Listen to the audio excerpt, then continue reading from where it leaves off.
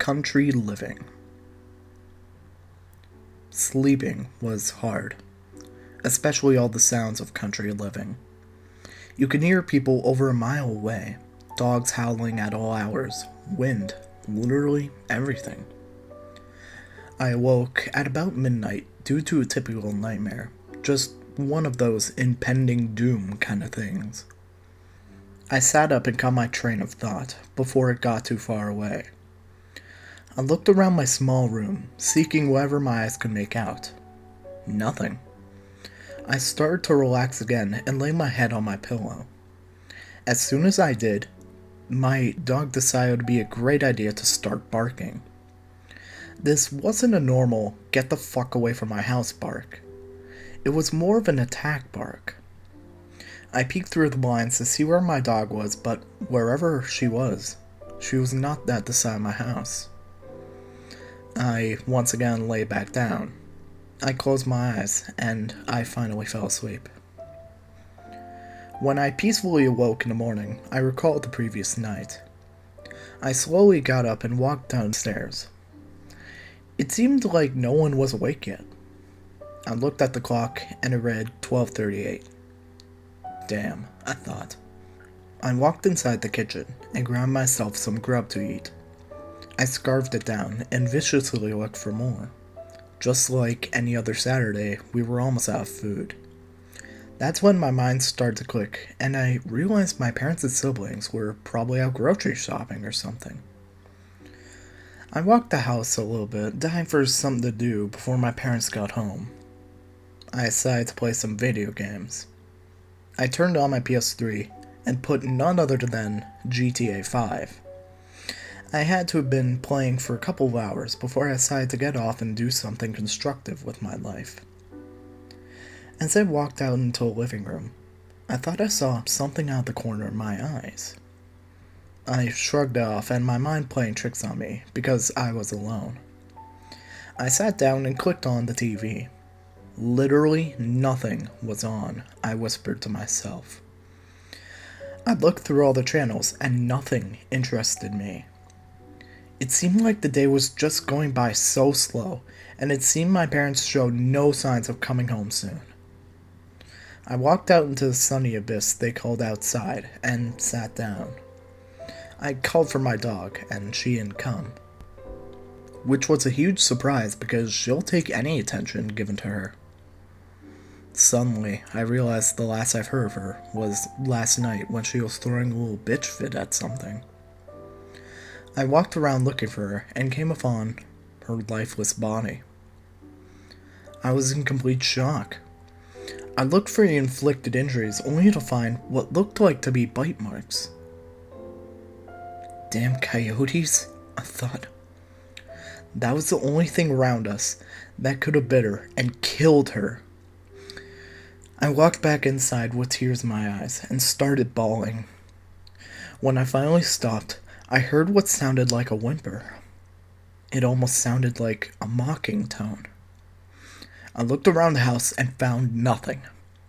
My parents weren't home yet, so I deleted my brothers as an option. Was it my other dog? I quickly ran outside to see she was still happily in her pen.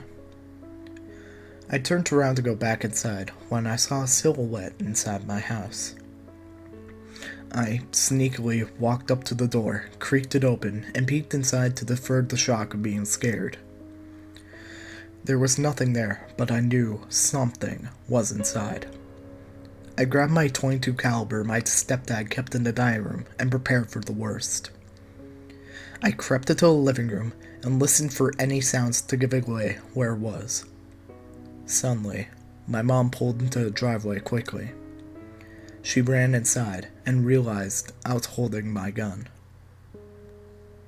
What the hell are you doing with that? Oh, look, Mom, just listen. There was someone inside the house, I grunted back. Put it down. Nothing's here. It's probably just your imagination or something. I rolled my eyes and placed the gun back where I found it. I took my mom's words into consideration. Maybe it was my brain being overreactive, and it created some monster in my mind. Something was around here, though. Sadie was dead. Hey, Mom, did you see Sadie this morning? I carefully asked. No? Why? Well, I went outside earlier for boredom's sake, and I found her dead. She's out in the backyard by the garden. I looked over her, and she had bite marks in a couple of places. Gunnar, please be kidding. Please. I'm not kidding. Go out and look. Mom walked out, and search continued because I wanted to dismiss whatever was inside my head. I looked in the entertainment room, the bathroom, and started walking upstairs before I heard another sound. It came from my room. I froze dead in my tracks and slowly started to walk down the steps, trying to avoid making them pop. Once I got back down, I thought through what I should do, looking around for anything. Once again, I grabbed the .22 caliber and waited for any sign of walking downstairs. Mom walked back in and was sobbing greatly. She walked up to me and saw the gun again. God damn it, Gunnar, put the gun away! I walked over and put it in the corner. She walked up to me and came in for a hug. I hugged her for a minute or so before she let go. I gently tried to comfort her by sitting her down and telling her it will be okay and all that bullshit. I made her some warm tea and let her drink it. Slowly but surely, she coaxed herself to sleep. Once again, my mind started wandering. I tried blowing it off, but I just couldn't. My stepdad pulled in, and I sat quietly to make this daily introduction more normal. He walked in with the boys, and they got quiet when they seen my mom sleeping. I heard scuffling upstairs, and knew it was moving. It seemed as if I was the only one who heard it though, because everyone just continued on. I could only imagine what tonight was going to be like, and I was honestly scared out of my mind, but I managed to hold myself together. I opened my eyes to the sound of something scraping against the corridor wall. I cowered down and pulled my blankets up as far as I could. My movement made the bed creak, and the noise stopped. I knew it was still there, so I remained in my position. The sound started to get closer and closer until it was nearly standing in my doorway. I dared to peek above my blankets and seen the darkness inside its eyes. I wanted to yell at them, but when I opened my mouth, nothing came out. I reached down beside my bed as slowly as possible and grabbed the baseball bat I kept underneath my bed in case of intruders. I gained the courage to stand up, yell, and give it the best whack I could. I could feel the vibration of the bat with the bones in my hands. I woke everyone up, which is what I planned to do by yelling. I started sprinting downstairs, tripping every other step, and somehow managed to keep my balance through the fear and speed. The thing became pissed off and started jumping downstairs, causing scratch marks all the way down the wall. My mom, stepdad, wordly came out and from their room unprepared for what they had to see. I slipped on my shoes for some reason and bolted out the door. I knew inside running wouldn't do no avail. I had to either kill it or somehow get rid of it. I hid behind some old fence leaned up against the shed we had in the backyard. I tried to hold my breath to reduce the noise. I heard it trudging past me, but I was too afraid to look. Connor, where are you? It asked. I stealthily snuck out from behind the fence and made my way back into the house and warned the others. I shot through the doorway and screamed for the others. My brother wasn't fully awake yet. Both my mom and stepdad were getting ready to head outside and chase off whoever was chasing me. I warned them and told them to call 911. As they started to call the thing that started scraping at the door before it finally broke down. My mom dropped the phone and we went into defense mode. We all skipped upstairs, running into my parents' room. I told them that we only had to survive the night, and it would all just go away. We could move out of the damned house and everything would end. Minutes seemed like hours in silence. We knew it was doubtful we'd make it. That was the overall feeling of everyone. We all, every few seconds, would peek up at one another and try to read the other's reaction.